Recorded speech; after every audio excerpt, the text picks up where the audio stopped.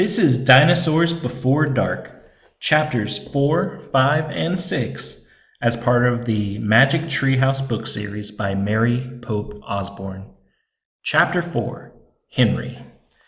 Jack gasped as Annie reached out her hand toward the pterodon. Oh no, he thought. Annie was always trying to make friends with animals, but this was going too far. Don't get too close to him, Annie, Jack shouted. Annie touched the pteranodon's crest. She stroked his neck. She was talking to him. What in the world is she saying? Jack wondered. He took a deep breath. Okay. He would go down too. It would be good to examine the pteranodon. He could take notes like a scientist. Jack started down the rope ladder. When he reached the ground, he was only a few feet away from the creature. The pteranodon stared at Jack. His eyes were bright and alert. He's soft, Jack, said Annie. He feels like Henry. Jack snorted. He's no dog, Annie. Feel him, Jack, said Annie. But Jack didn't move. Don't think, Jack, just do it, Annie said. Jack stepped forward. He reached out very cautiously. He brushed his hand down the creature's neck. Interesting, Jack thought. A thin layer of fuzz covered the pteranodon's skin. Soft, huh? Said Annie. Jack reached into his backpack and pulled out a pencil and a notebook, and he wrote, Fuzzy Skin. What are you doing? Asked Annie. Taking notes, said Jack.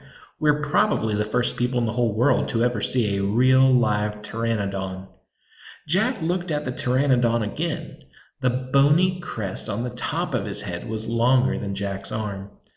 I wonder how smart he is, Jack said. Very smart, said Annie. I don't count on it, said Jack. His brain's probably no bigger than a bean. No, he's very smart. I can feel it, said Annie. I'm going to call him Henry. Jack wrote in his notebook, Small brain? Jack looked at the creature again. Maybe he's a mutant, he said. The pteranodon tilted his head. Annie laughed. He's not a mutant, Jack. Well, what's he doing here then? Where is this place? Said Jack. Annie leaned close to the pteranodon. Do you know where we are, Henry? She asked softly. The creature fixed his eyes on Annie. His long jaws were opening and closing like a giant pair of scissors. Are you trying to talk to me, Henry? Asked Annie. Forget it, Annie. Jack wrote in his notebook, Mouth like scissors. Did we come to a time long ago, Henry? Asked Annie. Is this a place from long ago? Suddenly, Annie gasped, Jack! Jack looked up. Annie was pointing toward the hill, and on top stood a huge dinosaur. Chapter 5, Gold in the Grass. Go, go, said Jack. He threw his notebook into his pack. He pushed Annie toward the rope ladder. Bye, Henry, she said. Go, said Jack. He gave Annie another push. Quit it, she said. But she started up the ladder. Jack scrambled after her. Jack and Annie tumbled into the treehouse. They were panting as they looked out the window at the dinosaur. It was standing on the hilltop, eating flowers off a tree. Oh, man, whispered Jack. We are in a time long ago. The dinosaur looked like a huge rhinoceros with 3 horns instead of 1. It had 2 long horns above its eyes, and another one grew out from its nose. It had a big shield-like thing behind its head. Triceratops, said Jack. Does he eat people? Whispered Annie. I'll look it up. Jack grabbed the dinosaur book. He flipped through the pages. There, said Jack, pointing to a picture of a triceratops. He read the caption. The Triceratops lived in the late Cretaceous period. This plant-eating dinosaur weighed over 12,000 pounds. Jack slammed the book shut. Just plants, no meat. Good, said Annie. Let's go see him up close. Are you crazy? Said Jack. Don't you want to take notes about him? Asked Annie. We're probably the first people in the whole world to ever see a real live Triceratops. Jack sighed. Annie was right. Okay, let's go, he said. Jack shoved the dinosaur book into his pack. He slung his pack over his shoulder. Annie started down the ladder, and Jack followed her. Just promise you won't pet him, Jack called down to Annie. I promise, said Annie. Promise you won't kiss him? Said Jack. I promise, said Annie. Promise you won't talk to him? I promise, said Annie. Promise you won't. Don't worry, said Annie. Annie and Jack stepped off the ladder. The pteranodon gave them a friendly look. Annie blew him a kiss. Be back soon, Henry, she called. Shh, said Jack. And he led the way slowly and carefully through the ferns. When Jack and Annie reached the bottom of the hill, they knelt behind a bush. Annie started to speak, but Jack quickly put his fingers to his lips. Then he and Annie peeked out at the Triceratops. The dinosaur was bigger than a truck. He was eating the flowers off a magnolia tree. Jack slipped his notebook out of his pack. He wrote, "Eats flowers." Annie nudged him. Jack ignored her. He studied the Triceratops again, and he wrote, "Eats slowly." Annie nudged him harder. Jack looked at her. Annie pointed to herself. She walked her fingers through the air. She pointed to the dinosaur. She smiled. Is she teasing? Jack wondered. Annie waved at Jack. Jack started to grab her. She laughed and jumped away. She fell into the grass in full view of the Triceratops. Get back, whispered Jack. But it was too late. The big dinosaur had spotted Annie. He gazed down at her from the hilltop. Half of a magnolia flower was sticking out of his mouth. Oops, said Annie. Get back, Jack said again. He looks nice, Jack, Annie said. Nice? Watch out for his horns, Annie, said Jack. The Triceratops gazed calmly down at Annie. Then he turned and loped down the side of the hill. Bye, said Annie. She turned back to Jack. See? Jack grunted, but he wrote in his notebook, nice. Come on, let's look around some more, said Annie. As Jack started after Annie, he saw something glittering in the tall grass. Jack reached down and picked it up. It was a gold medallion. A letter was engraved on the medallion, a fancy M. Oh man, someone was here before us, Jack said softly.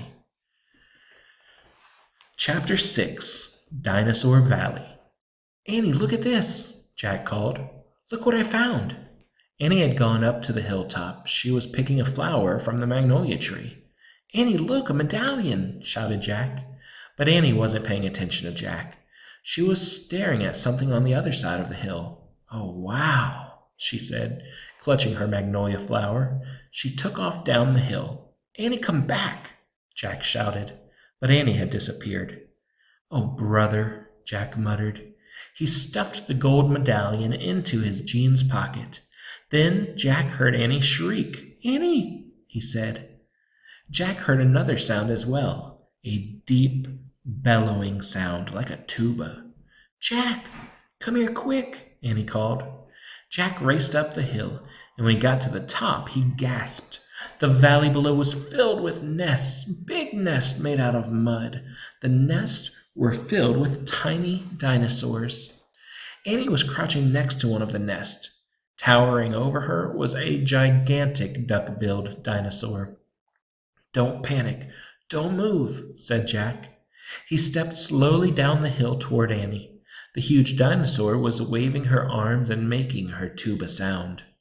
Jack stopped. He didn't want to get too close. He knelt on the ground. Okay, move towards me slowly, he said. Annie started to stand up. Don't stand, crawl, said Jack. Clutching her flower, Annie crawled toward Jack. Still bellowing, the duck-billed dinosaur followed her. Annie froze. Keep going, Jack said. Annie started crawling again. Jack inched farther down the hill until he was just an arm's distance from Annie. He reached out and grabbed her hand. He pulled Annie toward him. Stay down, Jack said.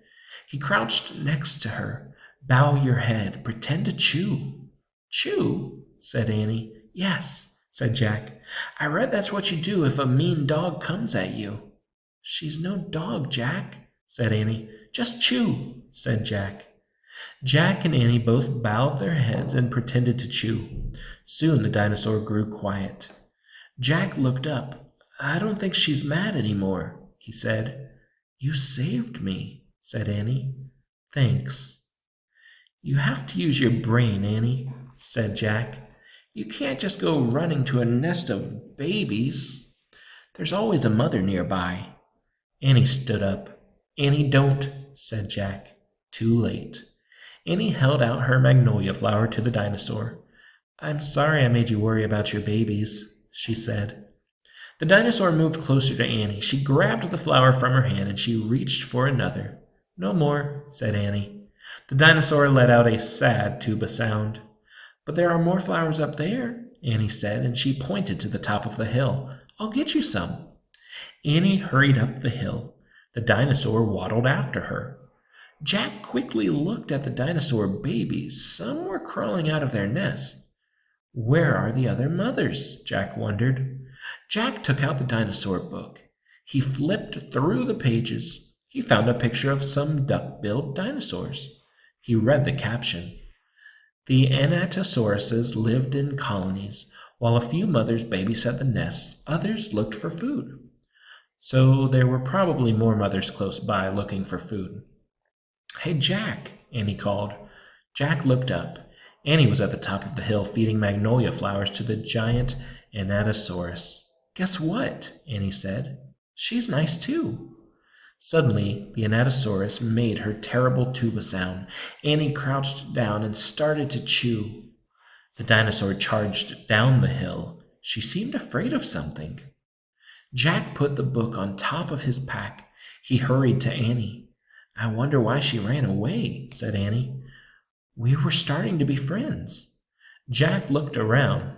What he saw in the distance almost made him faint. An enormous monster was coming across the plain. The monster was walking on two strong legs. It was swinging a long, thick tail and dangling two tiny arms. It had a huge head and its jaws were wide open.